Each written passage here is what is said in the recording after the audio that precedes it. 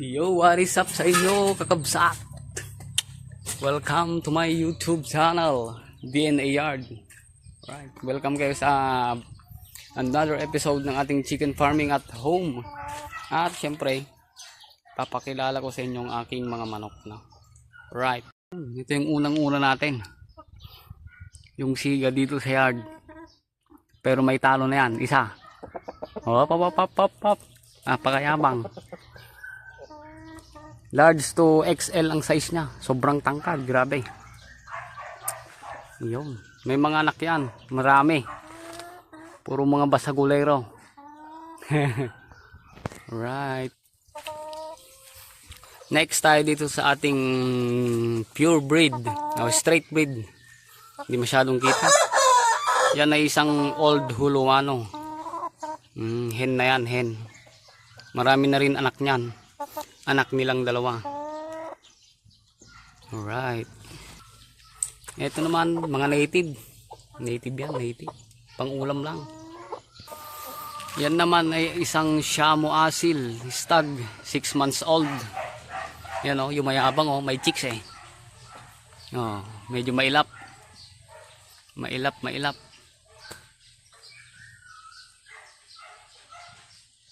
Yun, yung katabi niya naman ay isang hen na Shamo Basilan.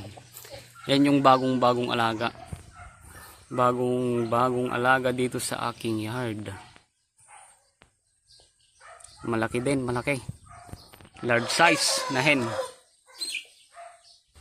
At dito naman ay yung aking experiment. Gagawa ko ng upgraded native chicken.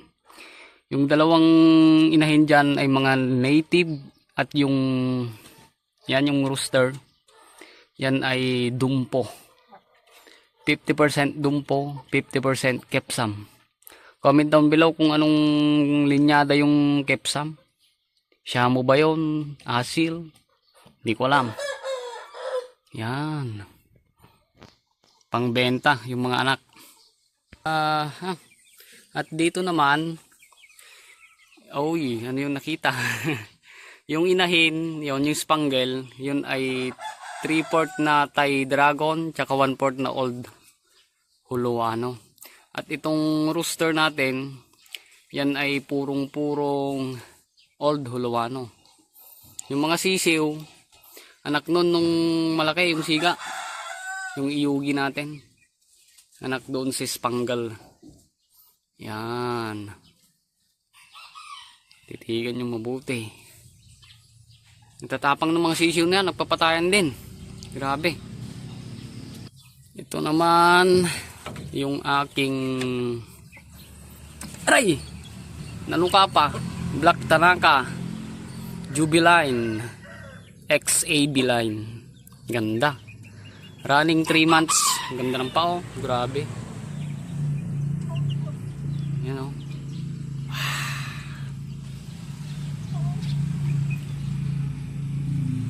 Yan, hindi mo sila ng ano na yung iniinom nila, Betracin Gold, kasi ulan init kailangan nila ng protection laban. Ito naman yung ating iyugi. Tangkad na ito. Pwede ba natin tong alisin muna? Patingin natin sa inyo. Papakita. Tangkad niyan. May anak na yan, 4. Yung 3 ay nabili na. Ay, hindi pala nabili. Ipinamigay natin. Pero meron tayong nag-iisang anak na naiwan sa atin. Sana stag, pero for sure yun stag. Papakita ko mamaya. Yung tangkad 2 feet tong kulungan. Tangkad, pero tignan mo, hindi pa tumayong maigi.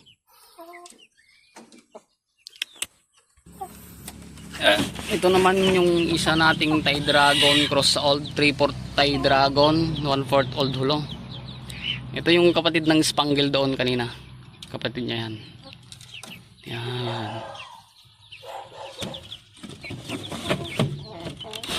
Ito, bagong sisiw to sa yard. Ano?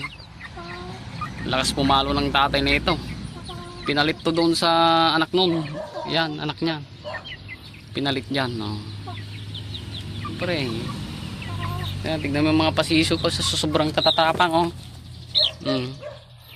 Sugat-sugat ang yung mga two-way cross ito. Ito naman Black Bull cross sa Pakoy. Yan. 6 months. Nangitlog na yan pero hindi ko pa pinares. Kasi bata pa. Yan. Ito yung iba nating mga pasisyo. Napasaway. Yan o. Sugat-sugat. Grabe.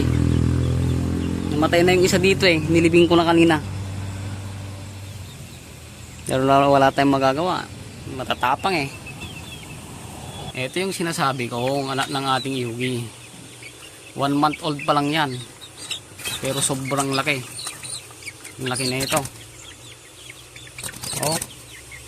Tignan nyo naman. Yung takaw pa. Ay, mag-focus. Focus. Ang ganda ng mata. Lalaki to, for sure. Wala pang buntot eh. No? Wala pang buntot. Iyak ka na muna. Tangkad yan. Yan yung mga ibang pasisiw. Madami pang pasisiw dito kaso nasa labas sila.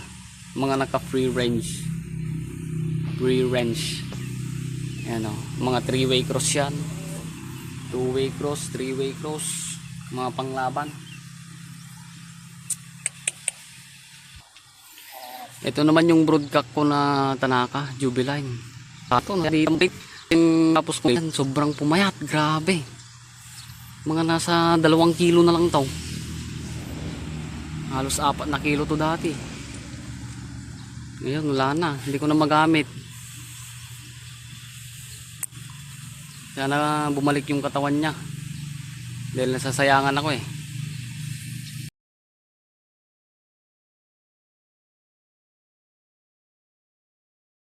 Ay, hanggang dun lang mga kakabsat. Mawanay. Gusto aja nga vlog man na sumarunong tumanay. See you. Siyempre, subscribe na rin kayo. Salamat. Bye.